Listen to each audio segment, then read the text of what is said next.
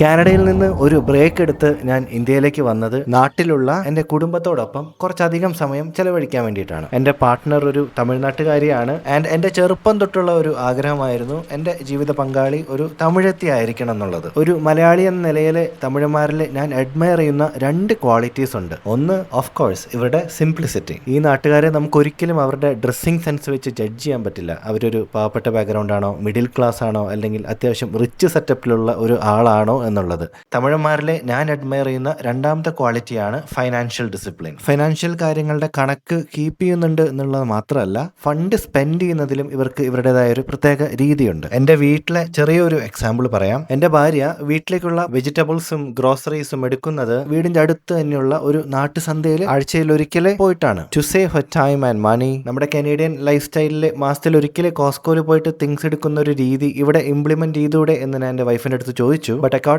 To her, ആഴ്ചയിൽ ഒരിക്കലും നാട്ടുസന്ധ്യയിൽ പോയിട്ട് തിങ്സ് എടുക്കുമ്പോൾ 3 ഗുണങ്ങളുണ്ട്. ഒന്ന്, ഓരോ ആഴ്ചയും വീട്ടിലേക്ക് ഫ്രഷ് പച്ചക്കറികളാണ് എത്തുക. 2, കർഷകരുടെ നിന്ന് നേരിട്ട് വാങ്ങിക്കുമ്പോൾ പ്രൈസിന്റെ കാര്യത്തിലും നല്ലൊരു ലാഭമുണ്ട്. 3, ലിമിറ്റ് ചെയ്ത് സ്പെൻഡ് ചെയ്യുമ്പോൾ ഉണ്ടാവുന്ന പണത്തിന്റെ ലിക്വിഡിറ്റിയുടെ ഒരു വാല്യൂം കൂടി ഉണ്ട്. കുറച്ച് സ്പെൻഡ് ചെയ്യുമ്പോൾ മിച്ചം വരുന്ന ബാക്കി പൈസ ഒരു ബഫർ മണിയായിട്ട് ആക്ട് ചെയ്യുകയും ചെയ്യും. തമിഴ്നാട്ടിലെ കൺസർവേറ്റീവ് സ്പെൻഡിങ് എന്നുള്ളത് ഡീഫോൾട്ട് ആയിട്ട് എല്ലാ ഫാമിലീസിലുള്ള ഒരു കാര്യമാണ്. അതുകൊണ്ടായിരിക്കാം ഞാൻ ആദ്യം പറഞ്ഞ സിംപ്ലിസിറ്റി ഇവരിലെല്ലാവരിലുള്ളതും.